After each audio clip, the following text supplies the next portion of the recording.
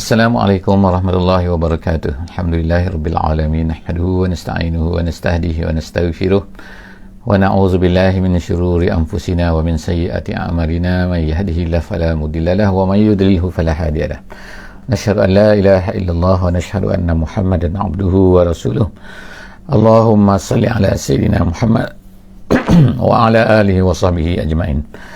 Alhamdulillah, hari ini kita dapat bersama-sama semula dalam sesi tadabbur harian. Alhamdulillah, pagi ini kita akan bersama-sama memasuki satu surah baru, muka surat baru, muka surat 261, insyaAllah pada hari ini, maaf sikit, ada kesilapan sikit, muka surat 262 insyaAllah hari ini muka surat 262 kesilapan, minta maaf saya. Jadi selepas sekejap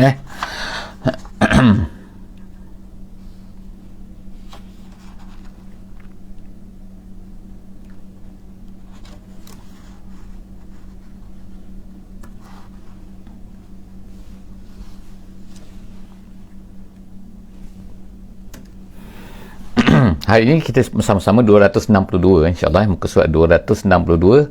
Kita masuk ke surah yang baru, iaitu surah Al-Hijr surah Al-Hijr, iaitu kita akan bersama-sama di muka ayat yang pertama sehingga ayat yang ke-15 insyaAllah. Saya minta maaf sikit, saya ada masalah teknikal dari segi ini. Jadi insyaAllah hari ini semoga semua sahabat-sahabat semua dapat membuka Mashaf, iaitu 262 surah Al-Hijr ayat 1 sehingga ayat yang ke-12. Jadi dalam muka surah ini insya-Allah, ataupun dalam surah ini, kita akan tengok bahawa surah ini adalah surahnya Makkiyah, iaitu surah Al-Hijr. Dan kita akan tengok bahawa surah ini adalah merupakan, oleh kerana dia adalah Makkiyah, jadi ianya turunnya di Mekah, iaitu turunnya ketika kemuncaknya penyiksaan yang dilakukan oleh orang-orang kafir terhadap Nabi kita sallallahu alaihi wasallam. Orang kafir melakukan penyiksaan. Perkara ini berlaku selepas daripada tahun yang ketiga, iaitu kenabian. Bukan ketiga hijrah, tapi ketiga kenabian Nabi kita sallallahu alaihi wasallam. Kita tengok apa yang berlaku ialah selepas daripada Nabi kita mula menyatakan dakwah secara terang-terangan, maka orang kafir telah mula melakukan penyiksaan yang dahsyat kepada Nabi sallallahu alaihi wasallam. Jadi apa yang berlaku selepas daripada itu, Nabi sallallahu alaihi wasallam merasa sangat tertekan dengan keadaan ini. Jadi penekanan yang dibuat oleh orang kafir Quraisy ini, dia berlaku dalam dua bentuk. Yang pertama sekali ialah dalam bentuk fizikal, iaitu penyiksaan seperti meletakkan batu di atas dada seperti begini dan sebagainya. Dan kemudian yang keduanya dalam bentuk tekanan mental, dan maknanya tekanan perasaan. Jadi dua-dua perkara ini berlaku dengan, jadi memerlukan kepada support, memerlukan kepada satu hiburan, memerlukan kepada ayat-ayat daripada Allah Subhanahu Wa Taala. Jadi oleh kerana itulah maka Allah Subhanahu Wa Taala, sebagaimana disebutkan oleh kebanyakan daripada ahli tafsir, dia kata bahawa turunnya surah ini adalah menjadi satu tasliyah, satu hiburan kepada Nabi kita dan juga kepada orang-orang beriman. Apakah mesej yang disebutkan oleh Allah Subhanahu Wa Taala di dalam surah ini, surah Al-Hijr ini? Iaitu dikatakan bahawa maksudnya ialah Allah Subhanahu Wa Taala, perkara besar, perkara utama yang disebutkan oleh Allah Subhanahu Wa Taala di dalam surah ini ialah tentang penjagaan. Jadi keywordnya adalah penjagaan Allah Subhanahu Wa Taala terhadap semua apa yang diturunkan, termasuk yang pertama sekali penjagaan Allah terhadap agamanya, iaitu terhadap Islam, terhadap Al-Quran. Jadi kita akan jumpa dalam surah Al-Hijr ini, inna nahnu nazzalna dzikra wa inna lahu lahafizun. Sesungguhnya kamilah yang menurunkan Al-Quran ini dan kamilah yang akan menjaganya, dalam surah ini. Kemudian seterusnya Allah SWT juga menyebutkan tentang bahawa Allah Ta'ala lah yang menjaga dunia ini, menjaga sistemnya, menjaga peredarannya, menjaga lautnya, menjaga buminya, menjaga mataharinya dan sebagainya. Allah Ta'ala menjaga sistem perjalanan ni. Dan yang ketiganya, Allah Ta'ala juga akan menyebutkan bahawa dialah yang menjaga orang-orang yang beriman. Orang beriman ini sepatutnya mereka jangan takut bahawa Allah Ta'ala bersama dengan mereka. Itu beberapa perkara yang disebutkan oleh Allah Subhanahu Wa Ta'ala, termasuk lagi perkara-perkara lain yang disebutkan di dalam surah Al-Hijr ini, seperti rezeki dan juga lain-lain lagi. Jadi kita akan tengok bahawa apa yang disebutkan oleh Allah SWT ini akan berlegar menjadi putaran ataupun apa yang kemudian namanya adalah Al-Hijr. Disebutkan oleh Allah Subhanahu Wa Ta'ala di dalam ayat yang ke-80. Ayat 80 dalam surah Hijr ini terdapat 99 ayat 99 ayat. Tetapi ayat yang ke-80 disebutkan tentang Hijr. Hijr ni iaitu kaum Nabi Samud. Kaum Nabi Soleh, iaitu yang dipanggil sebagai kaum Samud. Mereka ni berada di utara Madinah.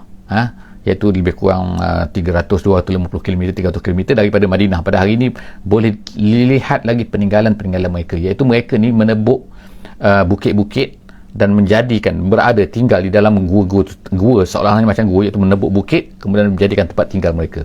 Jadi mereka merasakan bahawa mereka akan dapat melindungkan diri mereka daripada, termasuk yang dahsyatnya mereka rasa bahawa mereka dapat lari daripada kuasa Allah Subhanahu Wa Ta'ala, daripada malapetaka, mala azab yang akan diturunkan oleh Allah Subhanahu Wa Ta'ala. Rupa-rupanya Allah Ta'ala menjadikan suara yang kuat yang menyebabkan mereka berada dalam gua itu mati.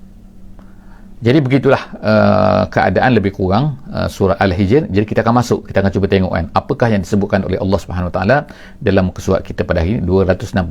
Kita ucapkan minta maaf dulu sebab ada masalah sikit di sini dari segi muka surat tayangan kita di skrin. 262. A'udzubillahi minasyaitonirrajim. Bismillahirrahmanirrahim. Alif Lam Ra. Tilka ayatul kitab wa Qur'anin mubin. Allah Subhanahu Wa Ta'ala mulakan surah ini dengan ayat huruf dipanggil huruf muqatta'ah, iaitu huruf yang alif lam ra. Alif lam ra iaitu pendapat yang kuat, pandangan ulama tentang huruf-huruf muqatta'ah begini ni, alif lam ra ni, ialah dikatakan Allahu a'lamu bimuradihi. Allahu a'lamu bimuradihi. Allah Ta'ala saja yang mengetahui apakah maksud sebenarnya. Walaupun kita sebutkan sebelum daripada ni dah banyak dah huruf-huruf muqatta'ah, iaitu ada pandangan mengatakan maksudnya ialah Quran ini diturunkan dalam menggunakan huruf-huruf ini. Jadi insya-Allah kepada sahabat-sahabat semua boleh refer kepada apa yang telah kita sebutkan sebelum daripada ni. Kemudian ada yang mengatakan juga ialah setiap satu huruf itu mempunyai maknanya yang tertentu. Alif mempunyai maknanya, lam punya maknanya, ra mempunyai makna, dan begitulah seterusnya. Itu adalah pandangan-pandangan yang dikemukakan oleh para ulama. Seterusnya kita akan tengok Allah SWT berkata tilka ayatul kitab. Itu iaitu apa? Ayat-ayat ini. Apa-apa yang diturunkan oleh Allah Subhanahu Wa Ta'ala, tilka ayatul kitab, maksudnya ayatul Quran, ayatun minal Quran. Ayat minal Quran wa Qur'anin mubin. Penegasan lagi, perkara yang kami turunkan kepada kamu ni wahai Muhammad adalah merupakan ayat-ayat Quran yang mubin. Kata mubin maknanya yang menjelaskan mana yang hak, mana yang batil, mana yang betul, mana yang salah. Kemudian rubama, ayat yang kedua, rubama yawaddul ladzina kafaru law kanu muslimin. Rubbama, dia ada dua bacaan sini, ada baca rubbama, ada baca rubama. Dalam qiraat kita baca rubama. Waalaikumsalam warahmatullahi wabarakatuh. Rubama. Jadi rubama yawaddul ladzina kafaru law kanu muslimin. Ayat yang kedua ni Allah Taala sebutkan apakah rubama ni, maksudnya litaksir. Dia boleh ada dua makna. Rubama ni ada ulama nahwu kata, ulama bahasa Arab kata rubama litaksir, rubama juga litaklil. Litaklil maknanya sedikit, litaksir maknanya banyak. Apa yang banyak, apa yang sedikit ni? Ayat ini menyebutkan bahawa orang-orang kafir di hari kiamat nanti akan bercita-cita. Yawaddu ni maknanya yatamanna, bercita-cita kalaulah mereka ni muslim. Ni bila keadaan ni? Keadaan ni Allah Ta'ala sebut ialah apabila mereka ni di hari akhirat nanti, orang kafir ni mereka melihat azab Allah Subhanahu Wa Ta'ala, pada masa tu mereka pun kata, kenapalah dulu kami tak beriman, kenapalah dulu kami tak Islam, kenapalah dulu kami tak ikut Muhammad, kenapa, banyaklah. Barulah ini ungkapan menyesal. Menyesal. Kenapa? Kerana dulunya mereka tak nak ikut Muhammad, jadi pada hari akhirat mereka kata yawaddul ladzina kafaru law kanu muslimin. Allah Ta'ala sebutkan nanti hari akhirat mereka akan menyesal, mereka akan mengungkapkan kata-kata ni. Kenapalah kami tak Islam dulu? Zarhum, kata Allah Subhanahu wa taala kepada Nabi kita sallallahu alaihi wasallam dan juga kepada orang-orang yang dakwah, orang-orang yang bawa Islam ni. Apa kata dia? Allah Taala kata zarhum, biarkanlah mereka tu. Maknanya jangan hiraukan mereka. Kamu teruskan dakwah kamu. Kamu teruskan kerja kamu yang diamanahkan oleh Allah Subhanahu wa taala. Zarhum yakulu, tengok Allah Taala sebutkan, biarlah mereka makan. Wa yatamatta'u, berseronok-seronok. Sekarang ni macam itulah juga kan. Kalau kita kata kan kepada orang yang yang tak nak terima Islam ni, kita cerita Islam pada mereka, kemudian mereka tolak, akhirnya maknanya janganlah kita ni rasa kecewa. Kita teruskan kerja. Janganlah mereka ni akan menyebabkan kita terhenti daripada kerja kita. Allah SWT kata zarhum, biarkan mereka. Maksudnya biarkan tu jangan herau, kita teruskan kerja. Bukannya jangan herau tu maknanya jangan buat apa-apa, tak. Biarkan mereka dengan sikap mereka tu yang menentang agama tu, yakulu wa yatamatta'u. Allah Ta'ala sebutkan tu kan, biarlah mereka makan seronok-seronok tu atas dunia ni. Wa yulhihimul amal. Wa yulhihimu artinya ialah mereka ni dilalaikan oleh al-amal. Al-amal ni maknanya iaitu harapan mereka tak mati tu. Itu al-amal. Itu cita-cita mereka, dream mereka tu kan.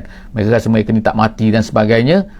Fasawfa ya'lamun. Allah Ta'ala kata nanti mereka tahulah apa yang akan berlaku nanti. Tengok kan, Allah starting pun dah tengok sebutkan nanti mereka ni akan menyesalkan. Jadi starting ayat ni dah menyesal dah. Tapi atas dunia ni mereka menghalang, tak nak beriman dan sebagainya. Fasawfa ya'lamun, nanti mereka akan tahu.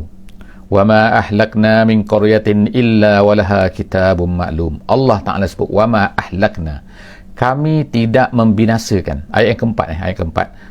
Wa ma ahlakna, kami tidak membinasakan min qaryatin, daripada mana-mana kampung. Mana-mana kampung maknanya ahli sesebuah negara tu, ahli sesebuah negeri, ahli sesebuah tempat, orang di satu tempat tu. Allah Subhanahu wa taala tidak akan menghancurkan, tidak akan membinasakan ahli sesuatu tempat itu illa walaha kitabun maklum, melainkan bagi mereka itu kitabun maklum. Kitabun maklum artinya ialah tempoh masa yang tertentu. Bukan kitab-kitab tu maknanya, tapi maknanya ialah tertulis pada satu jangka masa yang tertentu. Kitab makna sini ialah ajal. Ajal maknanya tempoh, bukan ajal tu mati. Ajal tu makna tempoh. Jadi Allah Ta'ala kalau tak binasakan satu-satu kaum lagi tu, ingat bukannya Allah Ta'ala tak berkuasa, bukan Allah Ta'ala tak ingat, bukan Allah Ta'ala lupa, bukan Allah tak, tapi Allah Subhanahu Wa Ta'ala bagi tempoh kepada mereka. Allah Ta'ala beri masa kepada mereka sebenarnya supaya mereka ni bertaubat. Adalah nanti masa akan sampai tu. Nanti akan tiba masanya. Jadi sebab itulah, jadi kemungkinan sini kan ada perasaan orang beriman akan merasai pada masa ni kan, dikatakan iaitu merasai bila lagi Allah tak nak hancurkan, sebab tekanan dahsyat sangat kan. Jadi apabila tekanan dahsyat kepada orang-orang Muslim, kepada orang-orang mukmin dalam nak mereka ni nak beramal dengan Islam, kemungkinan akan timbullah perasaan dalam hati orang-orang beriman ni, bilakah Allah Ta'ala nak hancurkan mereka ni, bilakah lagi. Jadi Allah Subhanahu Wa Ta'ala sebut ada, kata walaha kitabun maklum, ada tempoh masa dia. Ma tasbiku min ummatin ajalaha wa ma yastakhirun, dan Allah Ta'ala kata ma tasbiku, tidak akan mendahului daripada umat, daripada mana-mana umat, mana-mana kumpulan manusia, ajalaha, tempoh masanya, wa ma yastakhirun, dan mereka tidak akan boleh menakhirkannya. Maksud sini ialah Allah SWT kata kalau dah tiba masanya, kalau dah tiba masa saatnya, saat Allah Ta'ala nak hancurkan tu, mereka tak boleh cepatkan, mereka tak boleh lambatkan. Maknanya dia akan tiba on time, dia akan tiba, akan terkenalah mereka tu. Jadi di sini dia berkait semua kan, berkait dengan semua benda. Maknanya sebab itulah kita sebagai orang-orang yang beriman, kepada orang-orang yang kita yang bawa Islam ni kan, kita ingat bahawa kalaulah Allah Subhanahu Wa Ta'ala tidak melakukan apa-apa lagi, maka kita jangan ingat bahawa Allah Ta'ala ni, kita jangan rasa bahawa Allah Ta'ala ni tidak melihat apa yang dilakukan oleh orang-orang kafir ni, orang-orang yang jahat, orang-orang yang tidak menerima Islam ni kan, orang-orang yang cuba untuk menyeksa. Jadi ayat-ayat begini kan turun ketika penyeksaan berlaku kepada para sahabat Nabi sallallahu alaihi wasallam. Jadi Allah Ta'ala nak hiburkan hati para sahabat, hati orang-orang yang beriman, hati Nabi sallallahu alaihi wasallam, bahawa kalau dah datang nanti mereka tak boleh lari lagi. Dan juga nak memperingatkan, memberi ancaman kepada orang-orang yang tak beriman ni, jangan ingat bahawa mereka ni kan suka-suka hati boleh buat ini dan itu kan. Tak, nanti akan berlaku nanti kan. Jadi Allah SWT sebut selepas daripada tu, waqalu, Allah Ta'ala sebutkan senarai-senarai apakah tuduhan-tuduhan, apakah yang mereka ni cabar Nabi kita sallallahu alaihi wasallam dalam dakwah dia. Allah SWT sebut sini kan, mereka kata, makna di sini bila Allah Ta'ala sebut ni, bahawa makna Allah Ta'ala tahu apa yang mereka sebut. Jangan ingat mereka ni boleh lepas daripada Allah. Allah Ta'ala sebut secara tak langsung bahawa Allah Ta'ala tahu apa yang kamu kata kepada Muhammad. Apa mereka kata? Waqalu ya ayyuhallazi nuzzila alaihi zikru. Mereka berkata, ya ayyuhallazi, wahai orang-orang yang siapa? Wahai orang yang diturunkan kepadanya az-zikru. Az-zikru itu makna Al-Quran. Jadi Allah SWT kata, mereka berkata wahai, iaitu Muhammad lah, mereka berkata ni, orang kafir Quraisy ni berkata kepada Nabi Muhammad, dia katakan, wahai Muhammad yang mengaku, yang mendakwa kata diturunkan az-zikru tu, apa kata mereka? Innaka la majnun. Ayat yang ke-6 ayat yang ke-6 dalam surah Al-Hijr muka surat 262 takut terlepas tadi, takut ada orang terdemis sebab tak ada pada skrin. 262 Allah SWT kata, mereka berkata kepada kamu wahai Muhammad, mereka berkata aku turunkan Quran kepada kamu wahai Muhammad, tiba-tiba mereka kata kamu ni la majnun, kamu ni gila. Tengok kan, mereka katakan. Jadi satu tuduhan yang pertama yang dikatakan. Jadi maknanya memang itu tuduhan yang dikatakan kepada Nabi kita sallallahu alaihi wasallam. Mereka kata Nabi kita gila.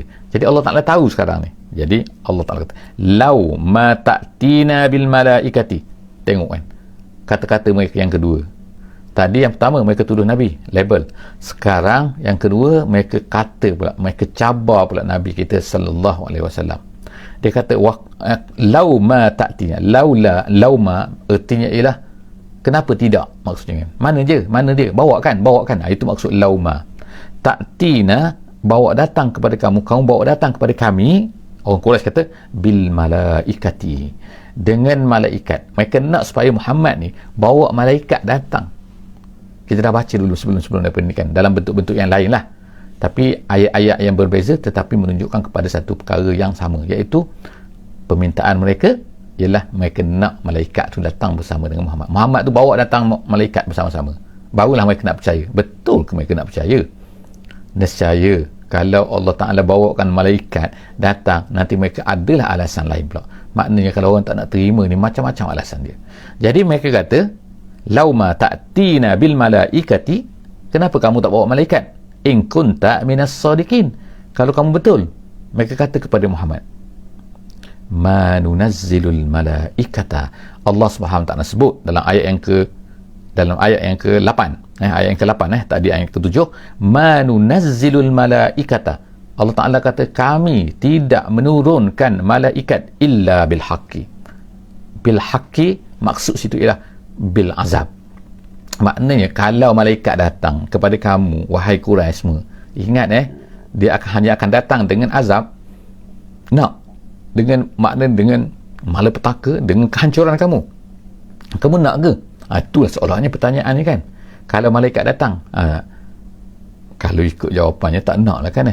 Allah Ta'ala kata ma nunazzilul malaikata illa bil haqqi, melainkan dengan azab yang akan datang menghancurkan kamu. Wa ma kanu izan munzorin, kalau Allah Ta'ala datangkan malaikat tu bawa azab tu kepada kamu, wa ma kanu, Allah Ta'ala kata, dan tidak adalah mereka pada masa tu izan, bila ketika itu munzorin.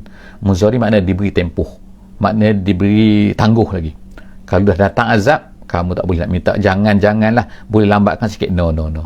Itulah kata Allah SWT. Jadi maknanya mereka nak malaikat, nanti nak malaikat boleh. Kalau Allah Ta'ala turunkan malaikat, nanti datang azab sekali, nak ke? Tentulah jawapan dia tak nak. Kalau jawapan ni kan, jadi Allah Ta'ala tak memberikan jawapan sini. Allah Ta'ala sebutkan soalan-soalan yang mana sepatutnya kalau jawab tu jawabnya tidak. Jadi habis tu nak apa sebenarnya? Jadi Allah SWT pun sebutkan bahawa Allah Ta'ala kata inna nahnu nazzalna zikra, kamilah sebenarnya yang turunkan Quran tu.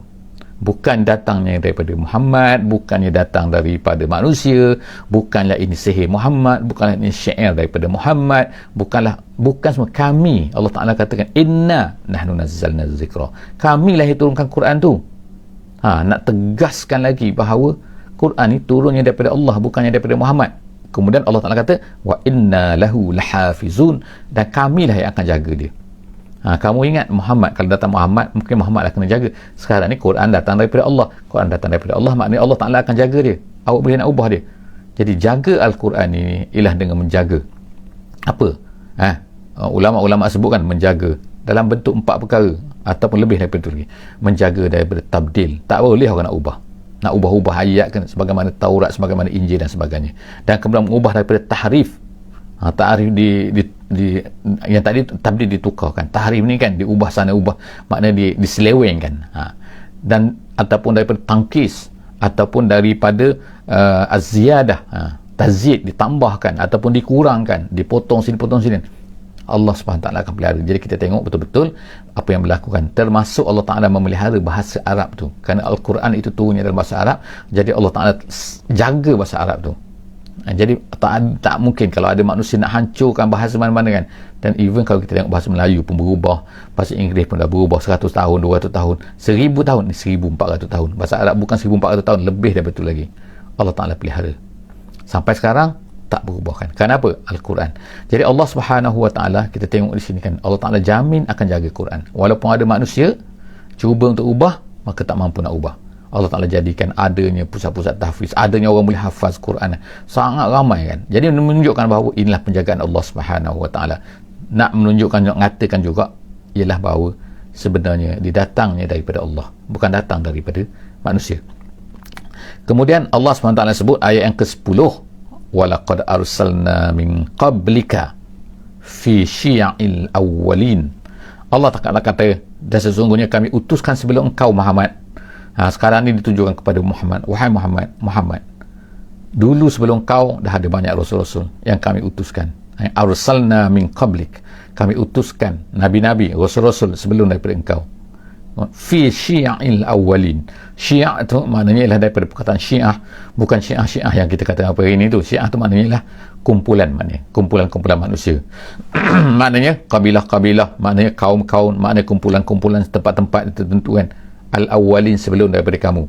Jadi kita kata ada Nabi Nuh, yang setakat yang kita tahu kan, ada Nabi Nuh, ada Nabi Adamnya, ada Nabi Hudnya, ada Nabi Solehnya, ada Nabi Ibrahim, ada Nabi Musa, ada Nabi Isa, ada Nabi Sulaiman, ada Nabi Daud, dan seterusnya kan. Yang kita tahu, yang disebutkan dalam Quran, ada 25 orang Rasul. Tapi mereka tu sebenarnya lebih daripada itu lagi.